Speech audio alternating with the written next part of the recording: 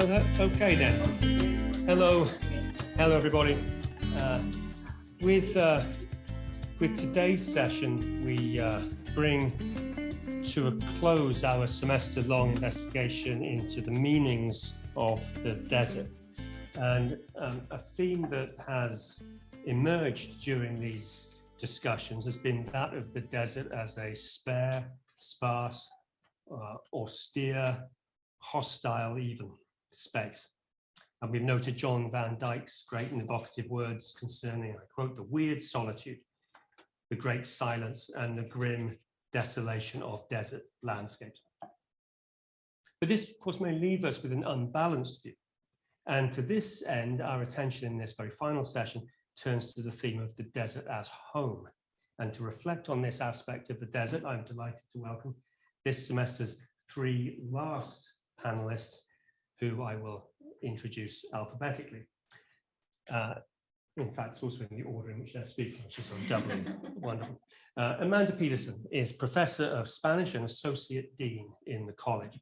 She received her PhD from the University of Colorado at Boulder and is a specialist in Latin American narrative with research interests centering on the difficulty of representing issues of gender and violence, in particular in contemporary Mexican short narratives by women authors. Dr. Petersen's work in the fascinating field of spectrality is well known and lauded. And one product of her investigations in this area was the co-edited volume Espectros, Ghostly Hauntings in Contemporary Trans-Hispanic Narratives, published by Bucknell University Press in 2016. She was the recipient of the prestigious Graves Award in the Humanities in 2012-13. Leonora Simonovis received her PhD from Washington University in St. Louis and is professor of Spanish.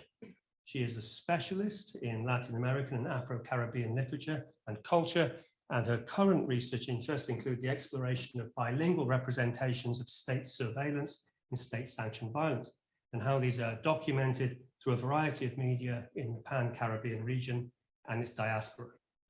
In addition to her academic work, which includes a co-edited book on contemporary Venezuelan literature and cultural practices, Dr. Simonovis is an acclaimed poet whose most recent volume, Study of the Raft, was the winner of the 2021 Colorado Prize for Poetry. Sahmie Wytewa is the Tribal Liaison in USD's Center for Inclusion and Diversity. For those who don't know, the Office of the Tribal Liaison, which Sahmie leads, works to strengthen engagement with local native tribal communities, both to share cultural knowledge and spread awareness about Native American issues, and to support Native and Indigenous students as they pursue their educational and career goals. Ms. Wytewa is a member of the Hopi tribe from the village of Misongovi, say that correct? In Second Mesa, Arizona. Prior to her appointment at USD, she served as Tribal Liaison and Policy Coordinator for the Arizona Department of Education. She holds a bachelor's degree in elementary education from Arizona State University and a master's degree in educational leadership from Northern Arizona University. So, bringing our series to a rapturous end, please welcome Amanda Petersen, Leonora Simonovis, and Sahmie Wytewa.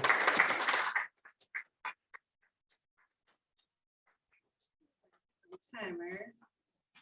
Yeah, just back up my own time. Hi, thank you all so much. It's such a deep honor to be closing up this series, and especially with this panel. And I think with this topic, I feel a lot of kind of affective importance, like a lot of emotional warmth in closing the panel in this way with this conversation. And I also just want to thank so much Brian and Lindy and the Humanities Center for all the support and all the organization, and not just this semester in the series, but in the ongoing series that has been such a delight to participate in and so enriching. The first thing that I want to do is, I think Brian kind of gave this very generous introduction, and I am a Mexican studies scholar. And so my specialty has to do with Mexican narrative and Mexican, generally women authors. And one of my areas of expertise and focus for my entire career has been on the topic of gender violence and the difficulties of representing gender violence in a way that's ethical and protesting and pushing back and versus glorifying violence. And so one of the things that is, and Brian mentioned my interest in spectral studies and all things ghostly, is very much about the things that we cannot say, or the things that we cannot always see or identify, but that are important presences. And so I think as we talk about the border, I have the desert and the border, because I'm doing kind of both. I think a lot about what are the things that are present that we don't articulate, the things that we might not know, or the things that are not spoken. And you will see very much a ghostly kind of haunting theme throughout these versions of desert that we will see today. So I'm going to see if this link will work. And Lindy did this, well, we do want to continue. We won't listen to this whole song, but we'll listen to a little bit of it. Oh, we're just going to go back to the Lindy prepared link. Thank you, Lindy, for this. And this should start it. Back to the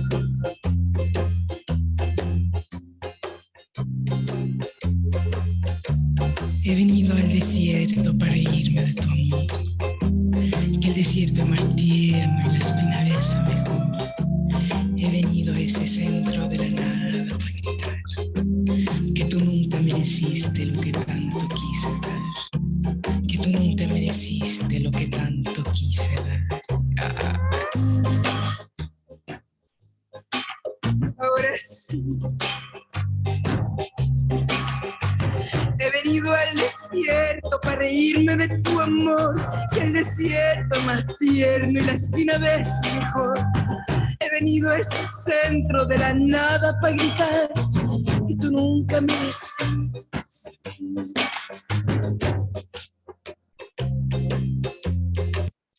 And I just wanted to give you an idea of that song, which is rather iconic in terms of desert songs.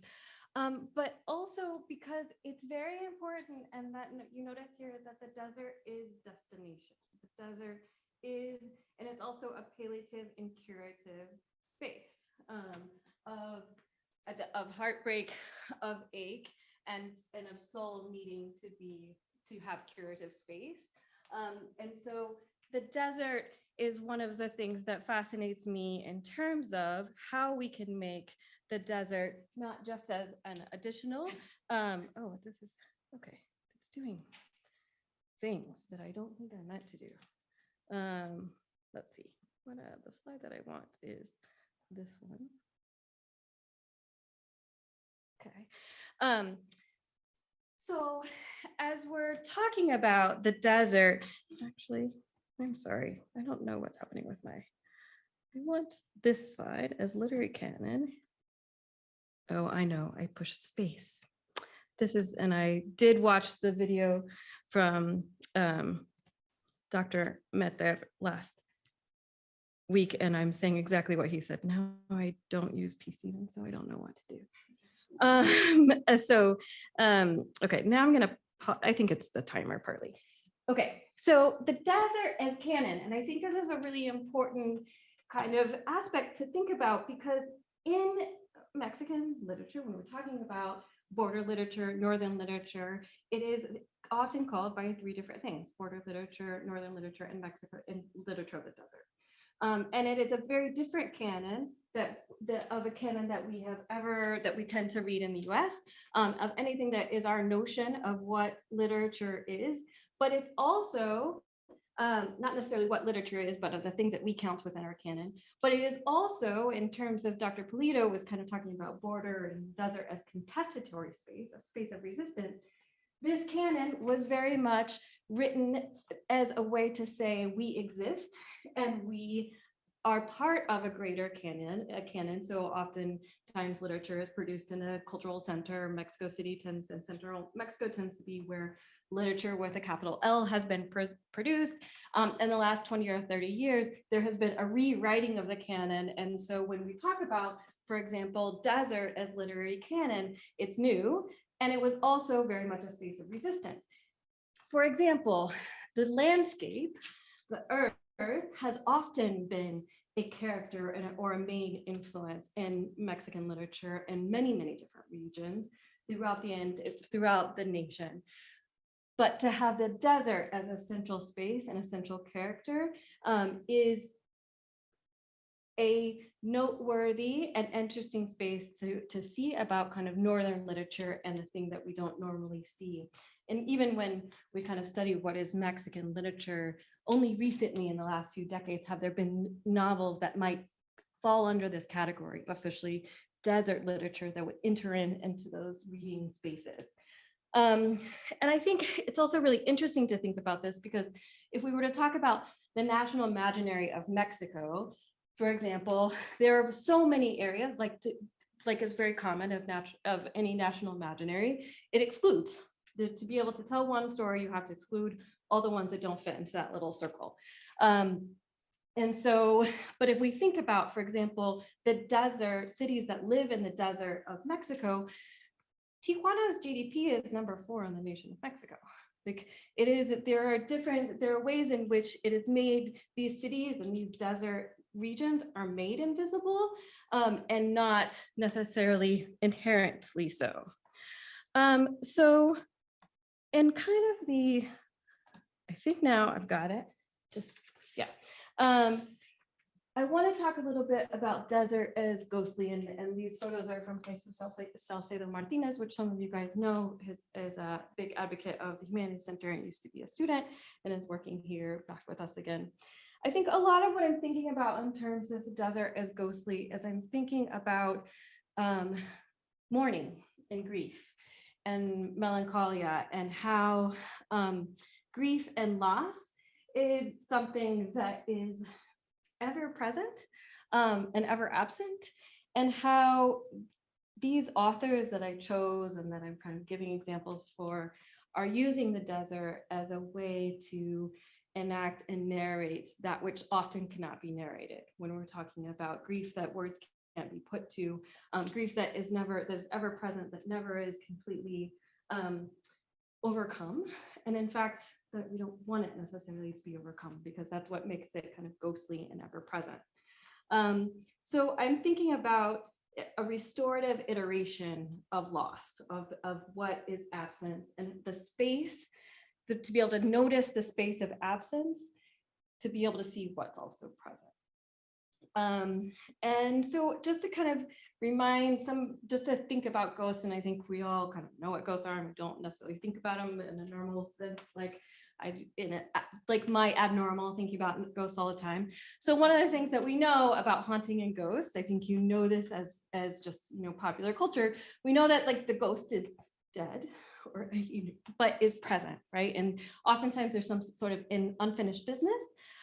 Oftentimes the ghost is bringing something in from the past into the present, but as many theorists will say, there is a call to justice in the future. So one of the things that in a restorative justice and a type of way, the ghostly is bringing in the past that needs resolving into the present and projecting into the future, into what it needs to be and calls to be done. And I think when I'm thinking about this, I'm very much calling on theorists like Jacques Derrida and Dordogne and Abraham, that we're talking about collective ghosts and not necessarily individual ghosts, as kind of Freud thinks about when he's talking about this. And so that's the kind of spirit that I'm entering into these examples that I have. And then in terms of desert, I want us to really be thinking also about desert as imagined. So we've heard this in our talks of desert as absence, desert as nothing, desert as kind of undefinable. And I want to kind of use Santiago Baquera Vázquez's idea of kind of how we talk about, he called this chapter Navigating the Impossible, which I think is kind of an interesting title for desert writers. And he says, and he does a lot of kind of summaries of theories of the desert, but he says the desert is to always be elsewhere. There are no roads, no signposts to orient the wanderer or to fix points of movement. To be in the desert is to be truly outside of the world. To be in the desert is then to be liminal, to be the street in between. And so he later goes into kind of border theories, but I'm not going there today, because really what I wanted to focus on is this, is how does one inscribe meaning into a desert existence? One imagines it. One narrates it. It's not a negative absence. The landscape exists to be imagined. And so as we go along, I'll give you some examples of this. And I was thinking, it has a slow fade on it.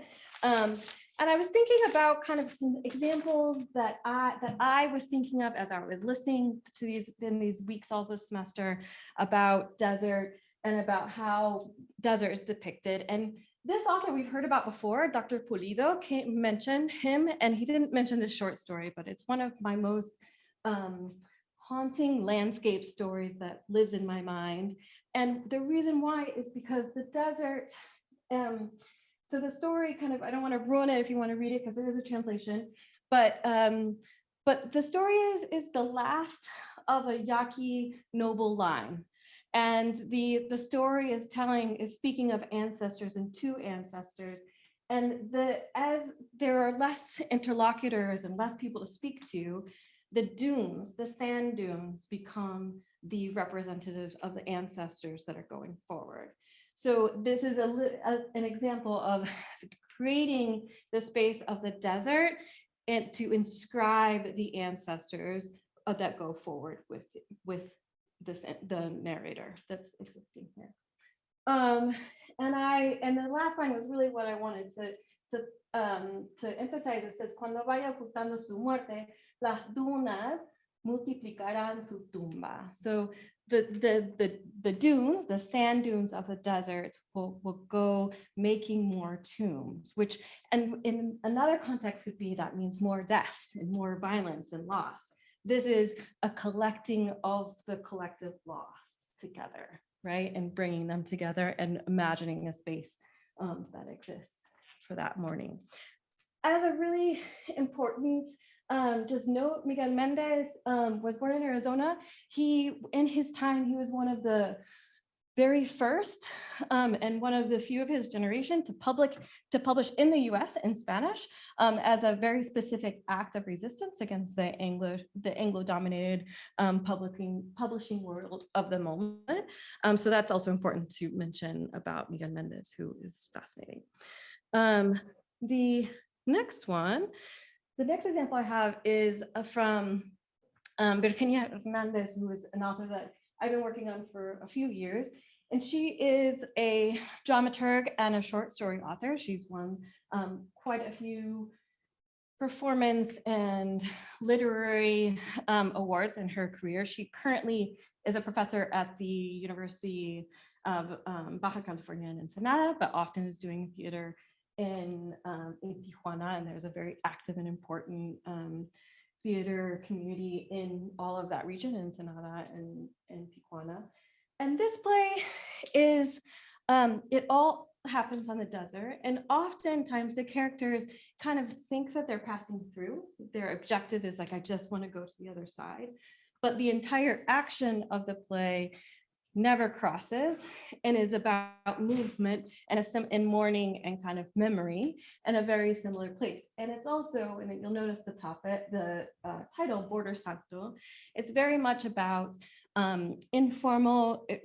alternative forms of religious praxis in terms of folkloric saints and folkloric practices of altars and praying to other entities that can help support and protect in journeys into other lands. She's also very much tongue-in-cheek playing with the literary tradition that I mentioned before of landscape as character. She references in particular one novel that's very, very famous for having landscape as character. It's called Pedro Páramo, and most of the characters are ghosts and haunting, and there's a point in the reading that you have to decide who's alive and who's not. And So that that ruins it just a little bit in the surprise for this text, because in the end, you're not sure which are the ones that are performing the work of those who have passed and have passed themselves or are still in different. So there's a lot of kind of the in between. I would also say this Virginia Hernandez brings a lot of something that's very characteristic to border literature, is a lot of tongue in cheek, a lot of satire, a lot of humor. You find yourself laughing out loud in situations that, if I were just to describe the situation, you would say that's not funny. But her way of narrating the absences and narrating the ritual of honoring absences are noteworthy in this discussion. The next one is Tierra de Nadie, and it's slowly coming. It's no man's land, and the text that I chose for this is one that I find very moving, because it is there are generations of people that hold the stories of the people who cross the river.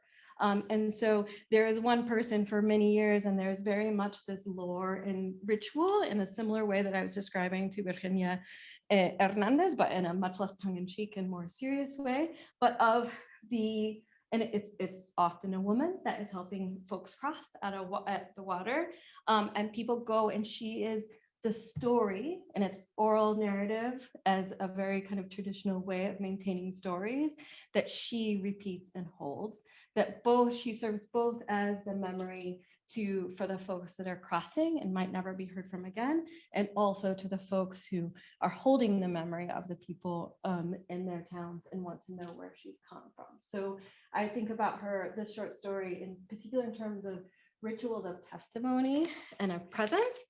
And then in the end, it kind of has a surprising, interesting turn that it's a man, un hombre maduro, the woman, Dolores, who had been at the river all of her many generations of lives, crosses over to another existence, and he's the one that picks up the torch. And gender-wise, that is very important in terms of the ritual carrying. And then my last story example is from Irene Lara Silva.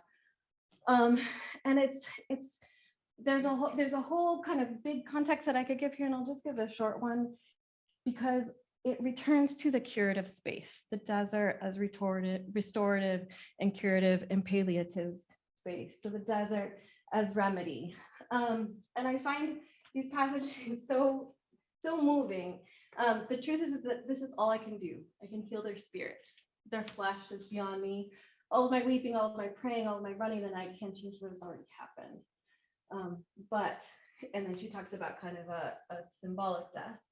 And then this is the last line and a half of the story: flesh to bone, blood to spirit to power, beyond counting the number of spirits I've rewoven, right? To recreate, to hold together, like the stars tossed in the sky. But this is where I began, healing myself and creating myself. So that is kind of my full circle into desert as reflection, desert as curative and palliative and remedy. So I will pass over to Leonora.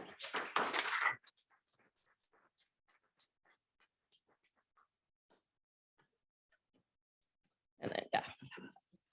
Let's see. Okay.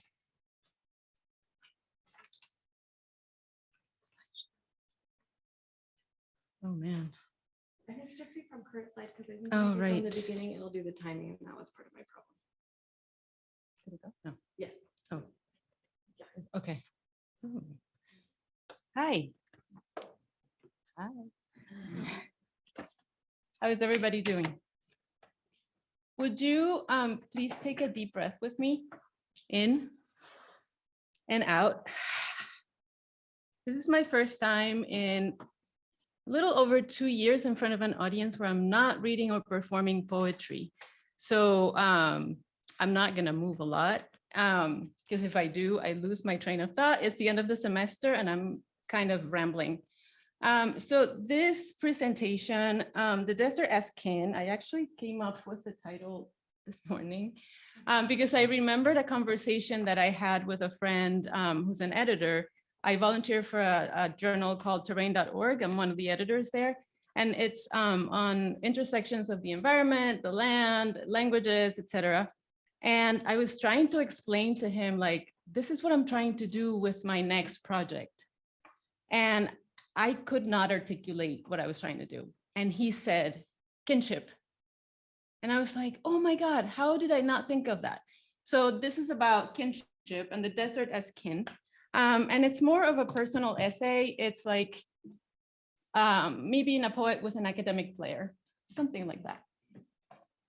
So I want to start, oh shoot, okay. Another Mac user who's completely useless with a piece. Push the space button. Oh, oh, there we go. Yeah. Okay, so I wanted to start with these two quotes by Amba Sepi, who is, he's from New Zealand. And for me, this whole idea of kinship also has to do with decolonization. It's just another way of speaking of it. And so to be colonized is to cut oneself off from the stream through which the knowledge of who and what we are comes rushing in. And he's talking about rivers in this particular essay.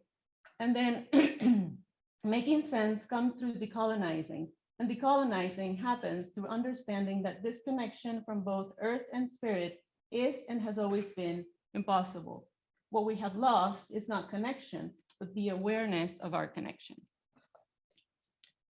As a writer, and as someone who is interested in languages, structurally, phonetically, etymologically, semantically, the first questions that came to mind when thinking about how to approach this presentation were, what is the desert? Why is it called desert? What makes a desert a desert?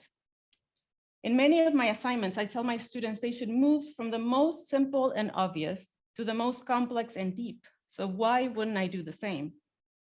My broadly stated questions are not as simple as they sound. There's much that is implied in each of them, much that can be inferred. Before I talk about something, I need to know it. I need to know about it with my senses, to have observed it for a time.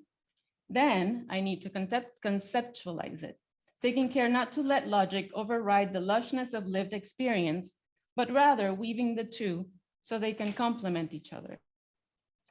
According to the internet, one of the most salient traits of a desert landscape is the low amount of precipitation it receives, usually less than 10 inches of rain a year. If this is true, then San Diego County and most counties and cities in Southern California and the Central Valley would be considered desert landscapes. But we all know that, so what's my point? My point is that there is a difference between the desert as a concrete landmark, the Mojave Desert, Joshua Tree National Park, the Sonoran Desert, among others, and the desert as a region where a variety of landscapes coexist and reciprocate. Factors such as temperatures, geographical location, and geological composition, fauna and flora vary according to this, which is why I believe the desert is a great teacher that embodies the concepts of caretaking, collaboration, and healthy communal interactions, among other things.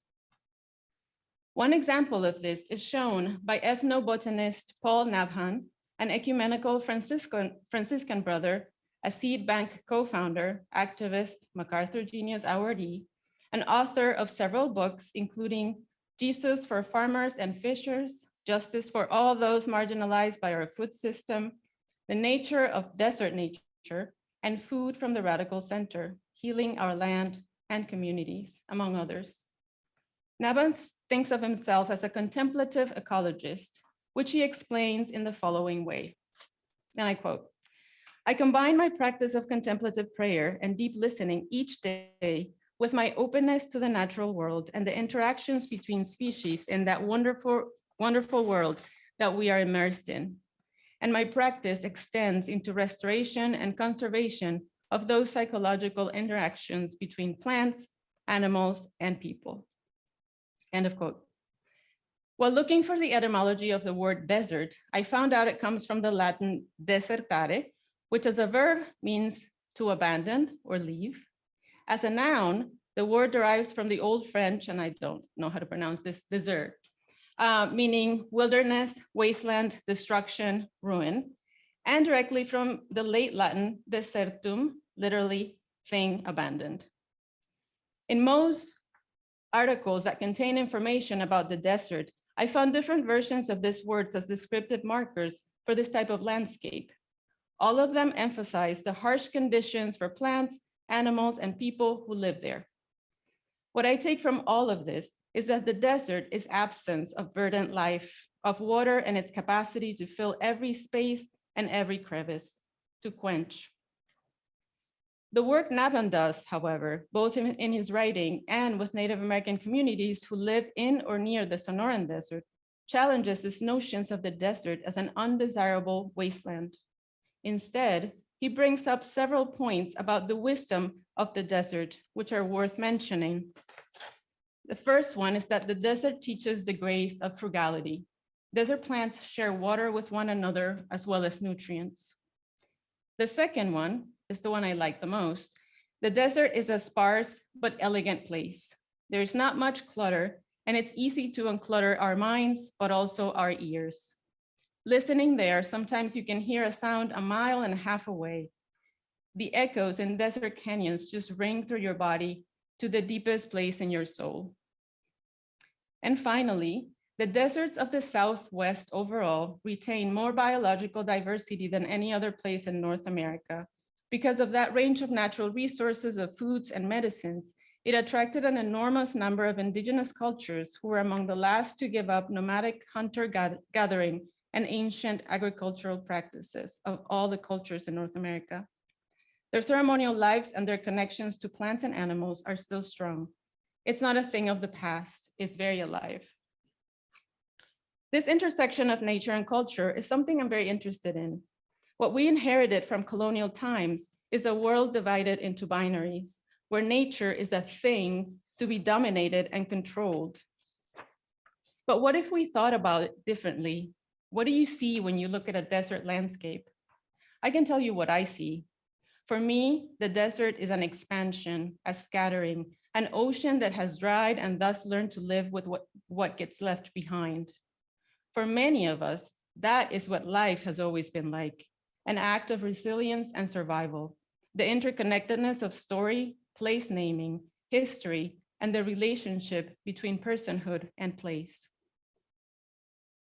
Language has a close relationship with place because, as Robert McFarlane says, and I quote, "Naming is not just locating, it's also a felt sense of connection with the land, how language sounds in the tongue, how it resonates, tells a story, feels right somehow," end of quote. Language is abstract, ambiguous, mediated by constructs. This doesn't mean that it cannot be felt, savored, embodied. Many times, walking through trails in Anza Borrego Desert, Joshua Tree National Park, or Mission Trails Regional Park, I find myself speaking the name of a plant I don't remember seeing or learning about. I didn't grow up in California, and these landscapes are not familiar to me.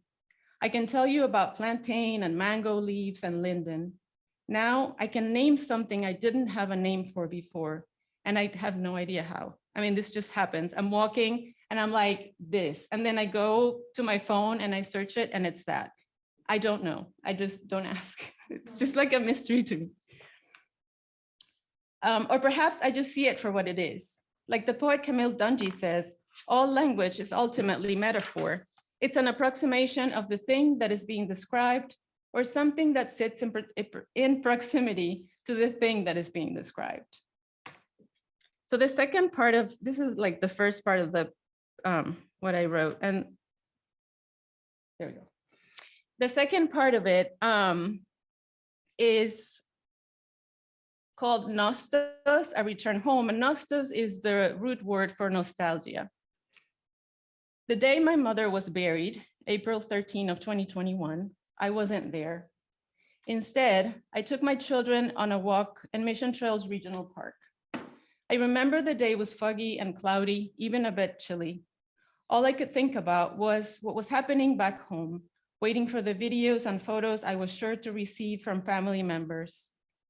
As we walked to the top of a rise and looked beyond into the mountains, we saw, for the first time in the 15 years we have lived in this city, a herd of deer grazing. We stopped and watched for at least half an hour while other people walked around us, seemingly oblivious. We were the only ones looking, and if it wasn't for my children being there, I would have thought I had imagined it all. The Venezuelan anthropologist Leila Delgado states that in myths, nature reveals itself as a language that speaks to us. And this is something that I've always known and that was taught to me by the women in my family. But it didn't become fully clear until I began to visit this desert landscape so different from the ones I grew up with. In the desert, there is no place to hide. For me, the deer were a sign, my mother letting us know she had returned to Earth and would be with us always. It was a sign of what Matt Hart calls, and I quote, hauntedness, or the perceptible presence of absence. And this connects to what Amanda was saying about ghosts. And I'll show you a picture of the deer, which is not very clear because my phone is awful. But you can see, I stopped and looked for so long that half of the herd left. So I only got 3 of them, but there were more. And this is, I've never seen deer there ever, and I haven't seen them again. Mission Trails has a complicated history. It was inhabited by the San Dieguito, La Joyan, and Kumeyaay peoples at different points in time. When missionaries led by Father Junipero Serra came to this region, they took up residency near the river and built a water dam, Mission Gorge, which was finished in 1815, and we can see those remains still in the park. At some point, the lands were occupied by Mexico and then resold before the Mexican-American War. Ranchers and farmers were allowed to purchase land and settle in the area. During World War I, II, and the Korean War, some areas of the park became military training grounds. The park was established as a recreational site in 1974, but up to this day, there are signs with information about the existence of potential unexploded mines, even though most of these were removed in the early 90s, and I could not find I had like 2 photos for that, I couldn't find them. But you actually, the first thing, if you go into some of these trails, the first thing you see are those signs where, you know, you need to call up a specific number if you find them. So it's not just rattlesnakes. Now you also have to worry about mines. What I love about Mission Trails is that there's no cultivated sterility. This is a concept that Udo Weilacher states when speaking about the work of architect Peter Lance. There are 58 acres of mountains, lakes, and valleys, and more than 50 hiking trails that contain a variety of zones, including chaparral, grasslands, and riparian, which are the ones that are along the water, the river. The first time I visited the park, I felt like I had crossed a threshold outside of space and time. Everything felt different there, like we weren't in the city anymore, like I had found a place where I could just be, where no one would ask me where I was from, or what I was doing there, where the rocks along the mountains felt like a refuge from everyday life. While I appreciate the fabricated beauty of landscape gardens and backyards in our city, I am more comfortable among the seemingly random growth of natural spaces, particularly after learning about how there's a whole network of mycelia connecting plants and trees to each other. I see these beings as community caretakers, looking out for the well-being of the whole, rather than privileging one individual or group over another. But also, they know when to let go, accepting the end of life as part of a cycle that never really ends. I believe that in the desert, we strip ourselves bare, feel the drifts of pollen, dust, dry wind, and grains of sand. When we come to the desert, we understand what it means to dam the water within, bearing witness to loss. Observation and perception have also led me to see the erasure of histories, cultures, and languages. This recreational space is also a site of grief, loss, and destruction. And how to come to terms with that? Am I also using the park for my own means? How can I honor what was and feel joy with what is? Isn't that what grieving is all about? I've never seen deer again in the park.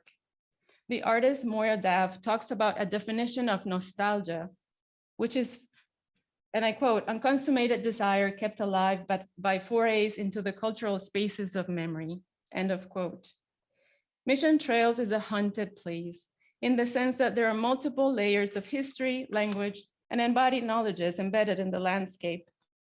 My experiences are interconnected with the experiences and stories of those who came before me.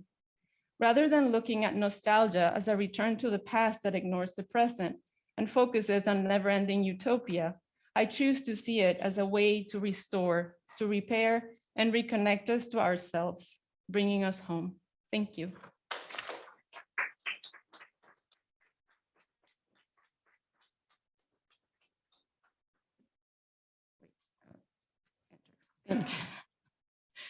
Oh my God, I'm hopeless. Okay. Okay. Listo. Se salió. Okay. So, there we go. Mhm.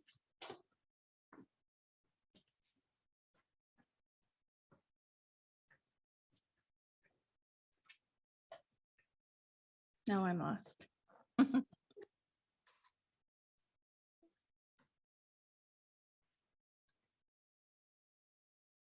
Isn't there a place to share it as a presentation? I was looking.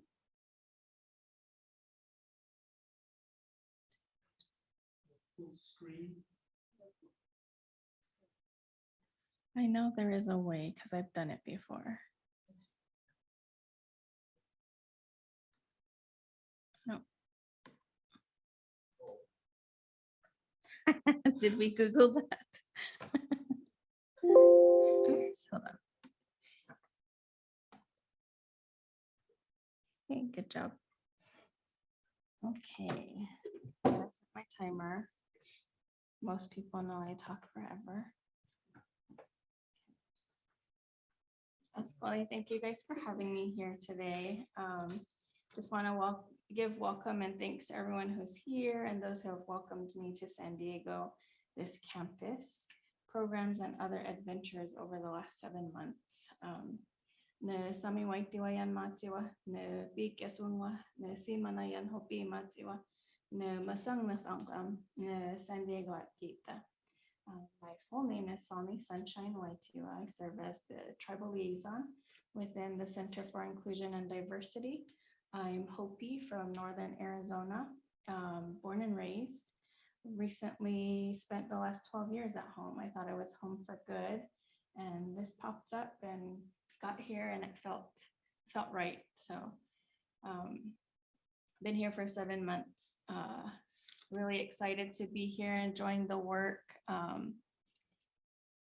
I think the ladies who spoke before me, I was sitting there just processing a lot of what they're talking to, and like around grief and the desert, but also around grief and like my time here.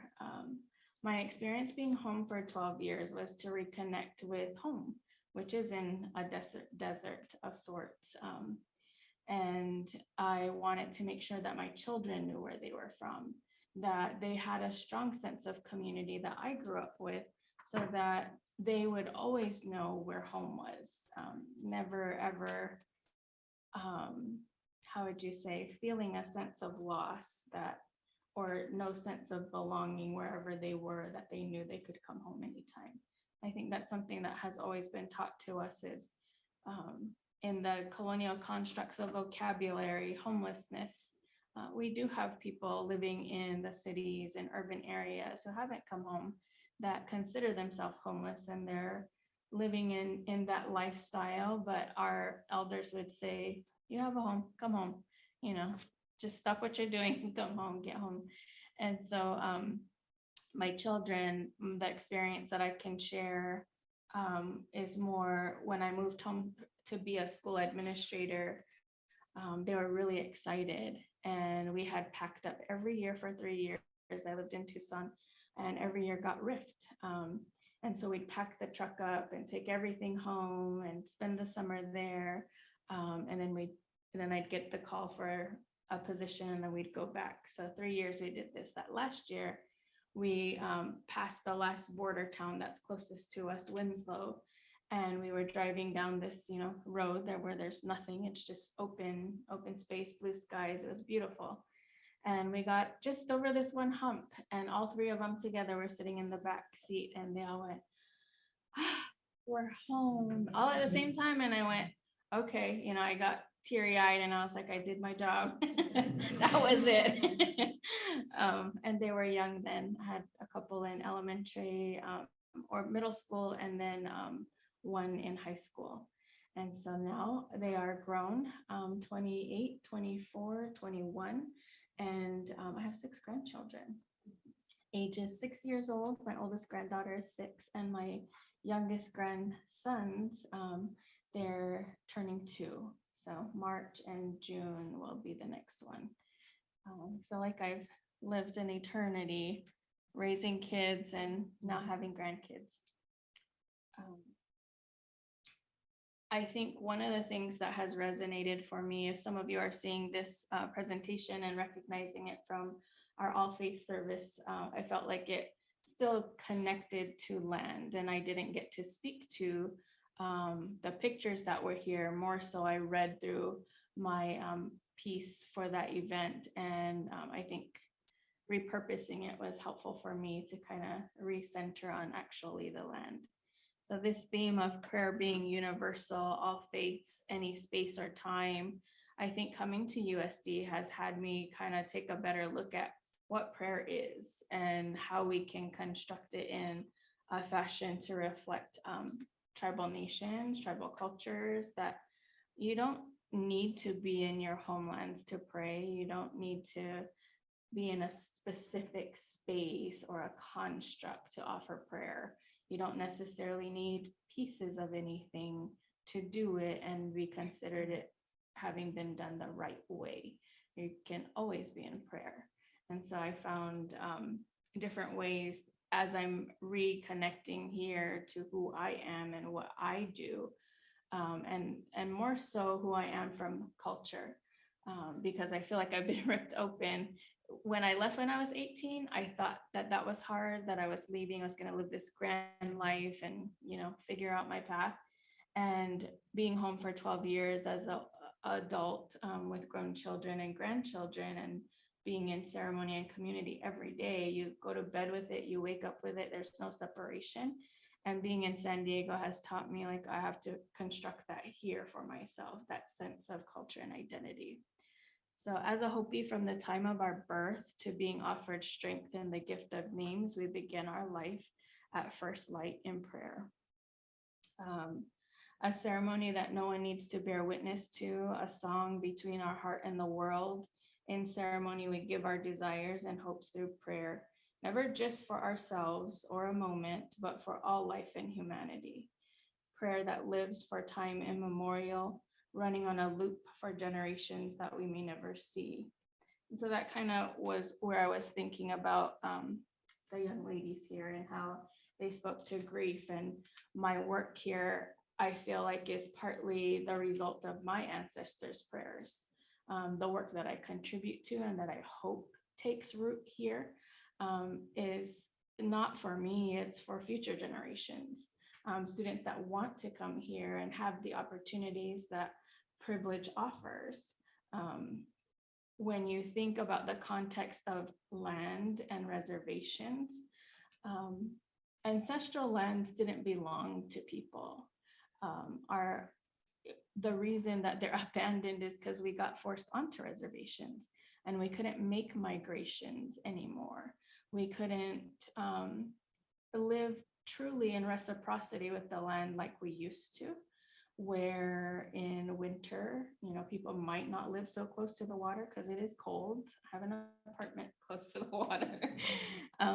And so they might retreat to the mountainous areas, the ranges where they had more protection, closer to resources that could offer fire and other tangible things that they needed to survive. But it didn't mean that when it was the right time, the right season, the right offering, the right ceremony, that they wouldn't return.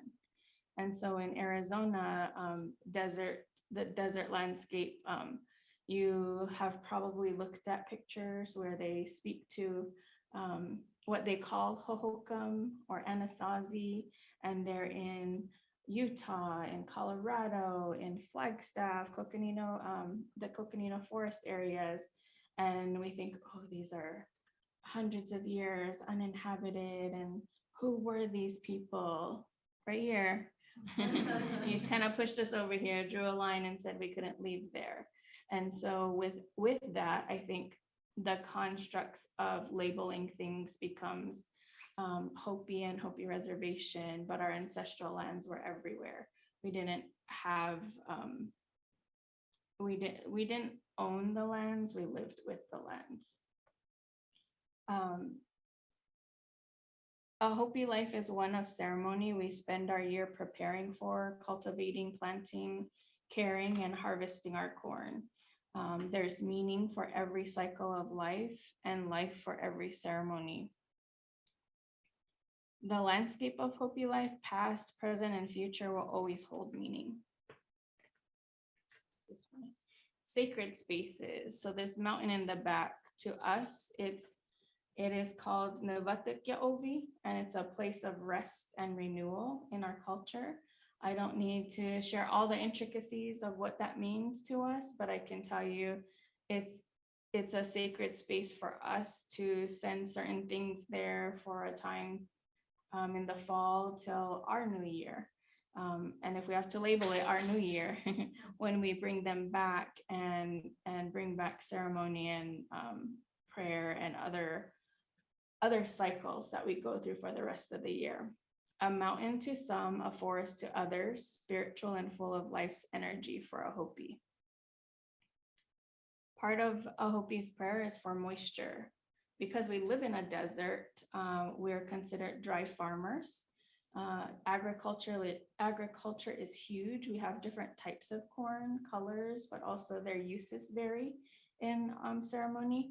And so in every part of what we do, we pray, and that's the labeling for, what we do. It's not necessarily scripted. It's not, there are certain things that we utilize in prayer, but also we're teaching each other about what that means and why it's important for that time of the year. And so this particular rain here, I caught it off of a windshield, is that light, gentle rain. And in our language, it's called Tsililita, a gentle rain. The harder rains or fresh rains, new rains, there's a lot of different context to one word sometimes. It's the way you say it, the emphasis you put in it, the context that you construct around it, that changes the word itself. And so Yuyuki is rain. Traditionally, Hopi, like I said, is a dry farming culture. Our ceremonies and how we care for our corn and other produce. Hopi orchards, we do, in a desert, you would think an orchard, are you serious? We do have them. And there were specific areas that, our people looked at what was best. And they moved them sometimes, but historically, they don't exist as much as when I was a kid. I remember going into my grandmother's village in Pacavi, which is in the Third Mesa area. And during the day, that's when you could go play and nobody cared where you were. They didn't even look for you. You left early in the morning when your friends came banging on the door, and you were out all day, nothing to eat except we raided one of the neighbors' peach trees. And we thought we were cool about it. It was huge. It's not there anymore, but it was so huge. There were so many trees. And when it was time, they were ripe, we'd go run into her orchard and stand behind the trunk like she couldn't see us. And we'd just be pulling peaches and tearing into them, not even finishing them, right? Because they were just so abundant. Throwing them down, grabbing another, and there were just tons of us, and we weren't the only kids doing it. It was like this rotation. And so eventually she'd come out and chase us off and yell at us and tell our grandparents, and we'd get in trouble, but it was just something that we did every year. So apple, peach, apricot, those are some of the fruits that you'll find on Hopi. While our early villages still inhabited today, we do have one of the oldest inhabited villages across ancestral lands of this area. They sit atop mesas, and Old Oraibi or Oraibi is the oldest inhabited. A Hopi field is typically in the lower plains, mostly always at a distance from home. Men would walk early in the morning and return in the late evenings. At times in the season when crops were more susceptible to the elements or animals raiding those crops, they would spend nights at the field, including during stormy times, right? You're gonna try to wake up, set up windbreaks and prop your crops back up if they fell over and just take care of them the best that you could, because that's all that was our staple. So corn, back in the day, like what else was there? So we now plant melons and squash and cucumbers, tomatoes, but it has become part of the culture to introduce those other types of plants as we gained access to them. Today's farmer continues to lean on ceremony, prayer, and age-old practices. Changes in the climate have made rain scarce, and harsh climates limit bountiful harvests. So I think although some things have changed, still our men go out and they take all of the kids. When I was little, we didn't have a choice. Our grandpa would teach us, this is how far you dig. And we typically have one in my back of my car. It's so funny because I just recently met an elder from here locally, and I saw this piece of stick in the back of his truck, and I went, that's so funny because I have mine in the back of my car. I don't have a field here, but it stays with me. And we use it for different things, so I carry mine. But they're made out of greasewood, and they're very straight and pretty long, and the men take them with them to their fields, and they teach you as you're growing up how far on that stick you need to dig the hole, what to be thinking about. You always visit those places, or you always come to do that work, including the women as we're preparing the food to feed them when they're coming back with a good heart. If you are angry, if you are sad, if you're hurt, you're frustrated, they teach us. And I think the lesson that I'm learning as an adult is we're not actually teaching you, sitting you down, here's this paper you got to study. You're in real time and repeatedly, because ceremony is every day, it's every week, it's so you're constantly getting the lesson without actually having to feel like you're in a classroom. So teaching us those things and us inherently learning them and knowing that I don't feel good today and I'm not putting my hands to those things, I will come over here and I'll wash dishes. Figuring out how you still contribute without putting that anger into the food, putting that anger into your crops, because then the belief is that you're engaging that energy with what you're doing that should be for everybody, and it should be with a good heart.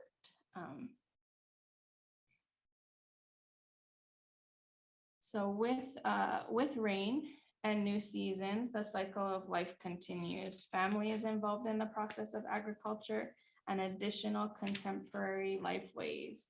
I think that's something that I've had to learn is things change, and all the influences that we've had over the years, we're figuring it out. Did it change? I feel like it did it? Yeah. Living in reciprocity demonstrates that we always have a community of resources. Ceremony reflects that even in times of need, we'll be together as family and community to send additional prayer, and community gives to households in need. And so ceremony, when we do come together, I think more so now there's the influence of capitalism and overdoing it. But when the practices were early, it was more of a sense of coming together and sharing your nutwani, your crops, whatever that was. If it was melon, if it was squash, if it was corn, you're coming together. And if you didn't have a good year, your field didn't get enough moisture, or something happened where you didn't have a bountiful harvest, we were coming together and making that up together. Using every part of our being intentionally in service to family and community, we practice the same care with our resources of the land, and that especially of water. One of the greatest ceremonies in life includes running. So the trails that signal ceremony are pathways that demonstrate life, while our legs and our heart and prayer are carried in running. That's one thing that I feel like I've tried to cultivate here, and I'm happy to say I'm getting back to it. It's been a struggle. I feel like I haven't had that continuity, and excuse me, the last couple of weeks I have. So I feel good. A continuous cycle of giving and receiving without the expectation of any reward, only that we wake each day with prayer, live a good life with strong intentions, show up in community and in ceremony, and be able to know that we've done our best with what we have in this lifetime. What I'm most fortunate about is learning the landscape here. Outdoor Adventures has been a really great partner, and last week we went out to Anza Borrego, and I also went with the faculty excursion on a hike. And even here on campus, I'm noticing that some of the plant life is very similar to home. The difference is they're bigger, and that's all the water in the air. And so it's made me excited and made me feel a little bit more like I see this plant. If I need to feel connected to home, I can just go there for 10 minutes during the day. I know now that in those other spaces that we visited with Outdoor Adventures, home is about 9 to 12 hours, sometimes 15, given traffic and accidents. And so it's not realistic for me to think I can just go home on a weekend. It's a lot of effort. And so if I can contextualize it and build the land as part of my support, I can go out here, at 45 minutes to an hour, and at least see things that are familiar, and sit with them and be with them in community and prayer.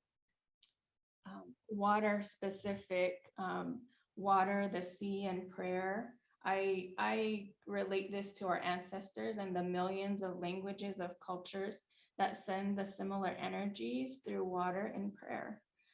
When I'm out there at the ocean, I'm very fortunate. I think of Arizona and how much water we don't have, and the water rights that were stripped, how much parts per billion that we don't get. It's hard to live so close to the water and know what situation we're in as cultures and tribal nations in Arizona. And so the prayers that I send through water are important because they're carrying it not just in thought, but in energy for future generations. And sunsets. Arizona has beautiful sunsets, but so does Southern California. Loving the energy here and the opportunities at the campus, and learning that the desert is still home. That's always going to be my home. I look forward to the day when I get to go home. But for now, I'm figuring out that this is also the desert for me for now. This is my family, my grandkids, and my grandmothers. So I'll end there. Thank you.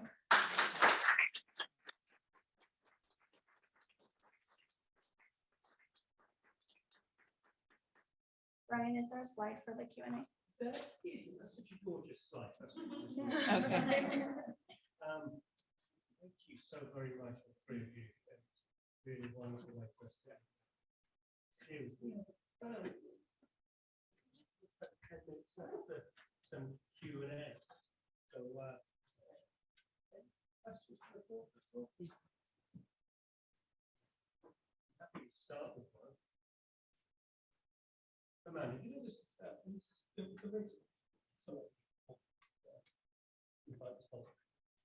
all of you, as you know, I'm fascinated by that. Struck me or thought by the way it characterized the desert and goes in a similar way.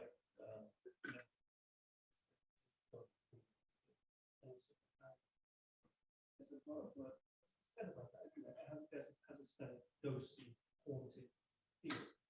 Can I invite you to say a little bit more about that? Sure. I mean, it also is relating to what Leonora was saying about Friday and abandoned. Yeah. And I think one of the things that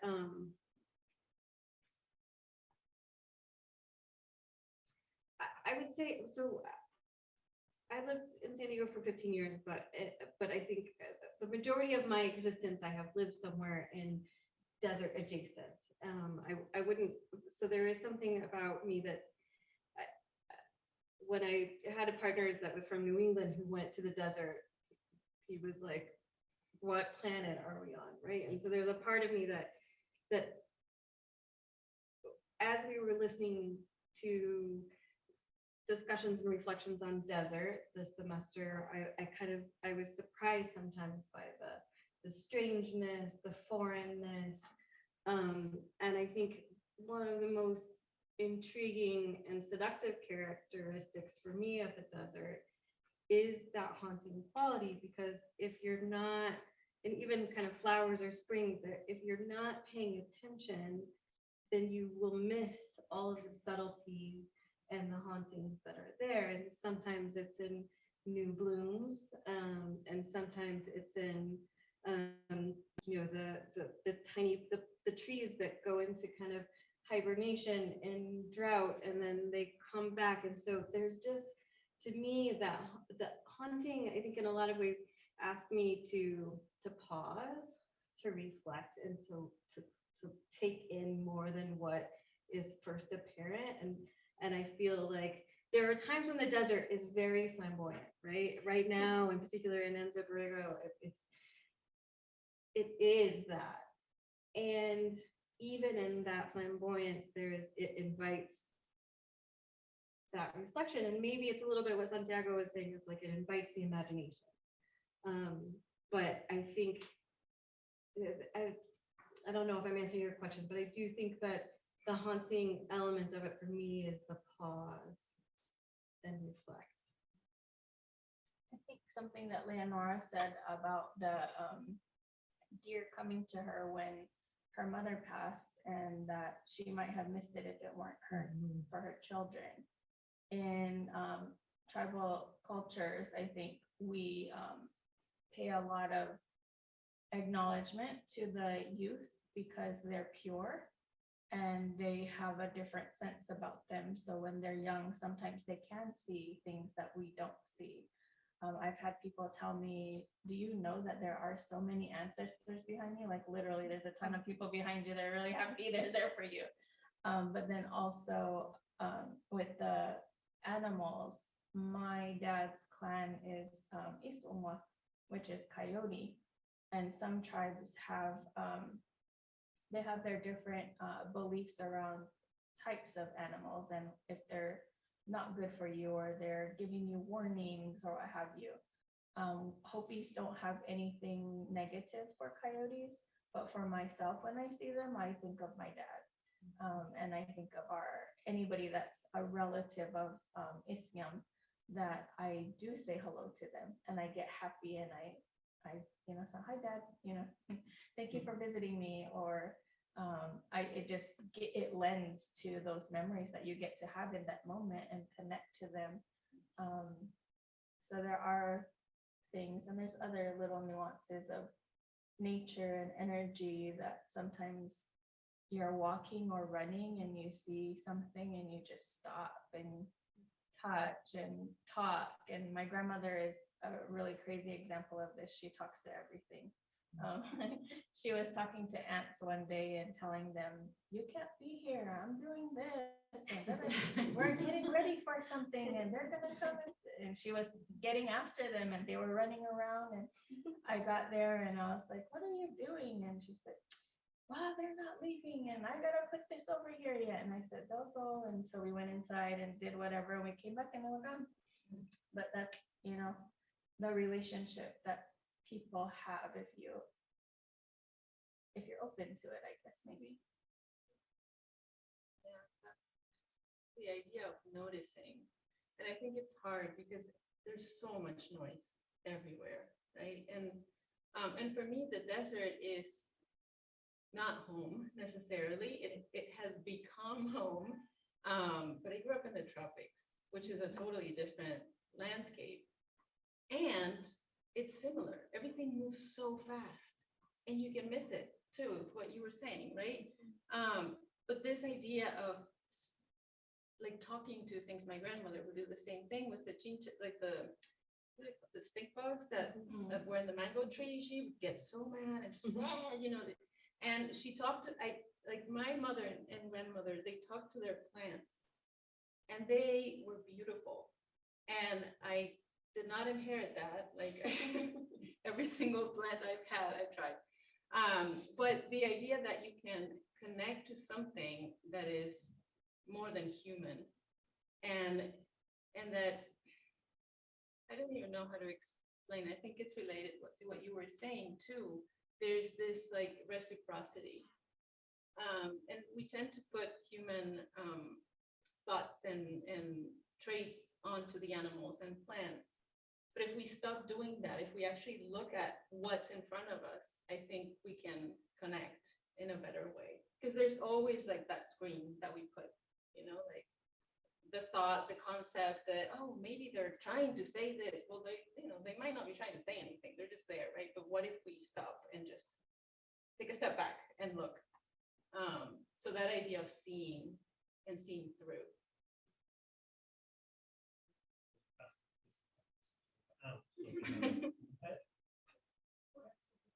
One more question.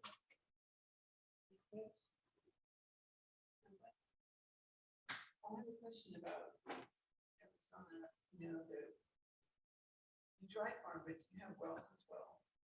We have natural springs. They don't fill up as often. I think some of the work that's happening right now is, and it's not just right now, it's over the years, trying to understand what they need to do to restore them, structurally, how they were fashioned, and what rock needs to be cut and repositioned.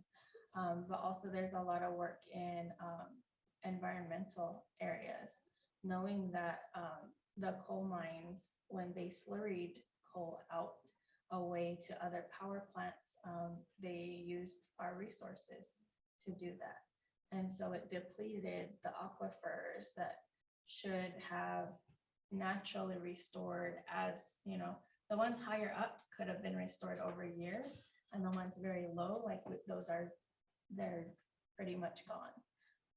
And that's a huge concern. And so not only do we not have rights to our own water, our water has, it's bad.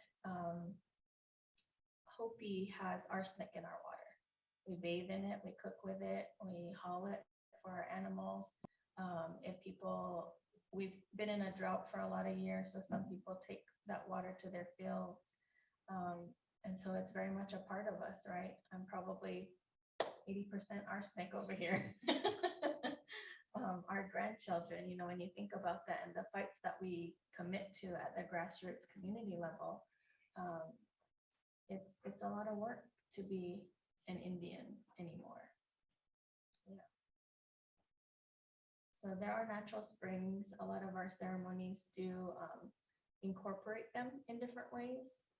The Hopi actually have a flute dance every year, and there's a couple of villages that take care of that.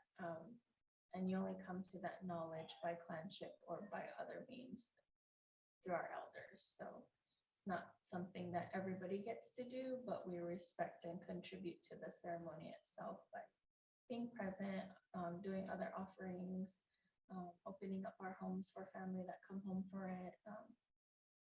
It's a lot of work, but it's with a lot of heart too. Thank you for asking. Well, it's just left to me that at the end of the whole semester, thinking about the thank you for bringing this to such a gorgeous close.